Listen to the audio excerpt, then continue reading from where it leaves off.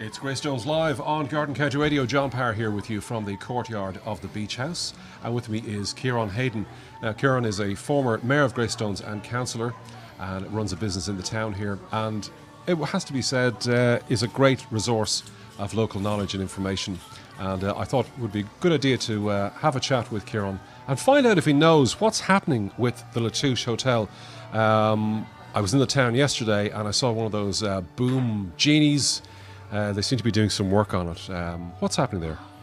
Yeah, John, how are you? Yeah, the Latouche Hotel, it seems to be a lot of movement and a lot of speculation around the town about what's going on there at the moment, but it's nothing more than a general tidy up of the building. The developers were served with a derelict site notice, which would require them to pay 3% of the value of the property if they didn't get it into a non-derelict state. So that's what we're seeing. Unfortunately, we're not seeing any work in, getting the development open, getting a start on the construction. So it's unfortunate, really. As far as I'm concerned, it's probably being dickied up to stay closed, to stay in the state that it is. Is there a planning permission in existence on that property at the moment? Yeah, look, there's been, in 2004 the hotel closed. As everybody will know, the hotel was built in the 1890s. It was Victorian. The Grand Hotel. Yeah. Victorian seaside structure, very popular. Our grandparents would have gone there. Probably our great grandparents would have certainly have gone there. Maybe they were working outside and providing services. I doubt if they had been inside the building, but yeah. So it was a seaside holiday hotel, very very popular, made popular by the railway. In fact, so it was a good destination for people to come down here. Over the years, it always kept open, no matter what. It went through the Great War, the Second World War. It always stayed open. It always managed to stay open, and it always managed to do a fair trade. Until it was decided by the owners in 2004 that they were going to develop it. They got planning permission after a prolonged period of time through the planners. They got planning permission for apartments and a small boutique hotel. That's because of the climate in the mid-noughties. It didn't happen. The property reverted to the banks into Nama and back out again on the other side and bought through an investment fund. And that's where it is now. The investment. That's where we are. Yeah, that's where we are with it. So the investment fund sought planning permission for apartments and townhouses about 2 years ago. They received planning permission from Wicklow County Council for that. So as far as Wicklow County Council is concerned, it has planning and work should be commencing on the site. Unfortunately, it's not. So. Can I ask you, the year that the train came to Greystones? Yes, 1855. 1855. Now, could you draw a parallel between that event in the history of the town and the establishment of the new marina?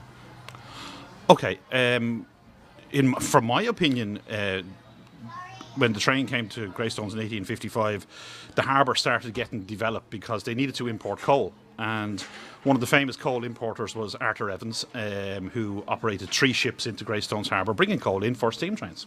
So the harbour developed with the railway. But unfortunately, the railway turned to diesel in the early 1950s. No need for coal anymore, so the harbour was not used. That's progress. That's progress, yeah. So the point I'm making is that if you look at it from the point of view that in 1855 the railway came to the town and there were significant changes, building and huge amount of commercial activity on the back of that. So now that the marina is here, would there be a strong argument for an hotel in the town? Now, I know there is an argument that there isn't the commercial base in the town to support the hotel. Perhaps you could make that argument, but surely with the marina now establishing Greystones as a fantastic destination, people are more aware of it and of the hinterland and the beautiful surrounding countryside. A hotel would be appropriate. Absolutely, and unfortunately, I don't think that's ever going to happen on the Latouche Hotel site. I think people will have to accept that now that where that development is at the moment, a hotel is probably never going to happen there. That's a shame. Fantastic building, fantastic location, fantastic views. The mountains on one side, the sea on the other. It's ideal. Yes, you're correct. The marina is very successful. It's bringing in business into the town. It's bringing a lot of business into the town. It's bringing a lot of people into the town, and it's also an attraction in itself. In that people are, never mind to go on boats, people are actually visiting the marina area. Yes, there would be. And I think there might be people looking at certain parts of the town where a hotel might work at the moment. Where that is, I don't know. But yes, a hotel group, say for example, if you were to say the Hilton Hotel Group, for example, and that's just an example, I'm not saying they're interested in coming to Greystones, but they would have a criteria for bed nights that they could provide, and they would look at the commercial aspect of the town. Unfortunately, in Greystones, we don't have an industrial estate, for example. We don't have any heavy industry, so therefore they would look at that as being a negative. So therefore, they would not maybe be interested in coming to a town like Greystones. Whereas, yes, they would be interested in coming to, say, Sandyford or Bray, or places that have large industrial estates. Greystones doesn't have that, so that's unfortunate. So we've always had this knock against us here in Greystones because of that unviable commercial activity that doesn't happen around here. Yeah, but what the town does have is a sensational marina and a lot of people visiting now. I was here yesterday, just to date stamp that, the 17th of September, and there were streams of people arriving into Greystones via the Cliff Walk. It must be the most popular walk. Yeah, and an interesting thing that came out this week, Iarnrod Éireann. And they're all wearing lycra. Yep. Iarnrod Éireann brought out a And they're all going to the Happy Pear for their lunch. You want to see the queue down the street. Incredible. Iarnrod Éireann brought out a census this week. Now, it was a picture of a day in the railway in Ireland. I think it was sometime in August. And what they done was they published figures of usage in every railway station in Ireland.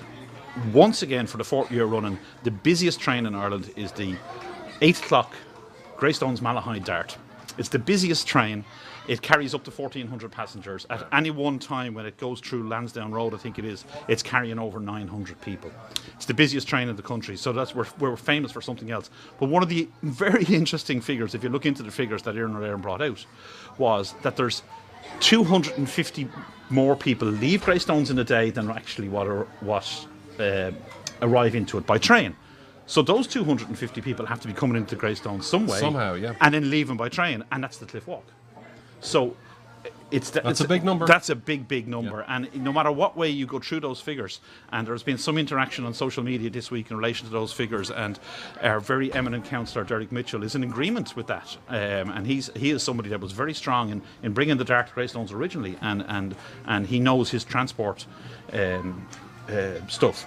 Very much so. So the Cliff Walk is actually putting 250 people onto the train in Greystones every day in the summer months. That's what these figures are telling us, and which is great, because that means there's more people walking south on the Cliff Walk than there is walking north, which is always good for Greystones and good for the businesses that you've mentioned, like the Happy Pear, maybe like the Beach House here. That's excellent. So, Mr. Property Developer person that may be watching this, there would be a strong argument there for a hotel. Yeah, research those figures. There is people coming into the town and they need facilities.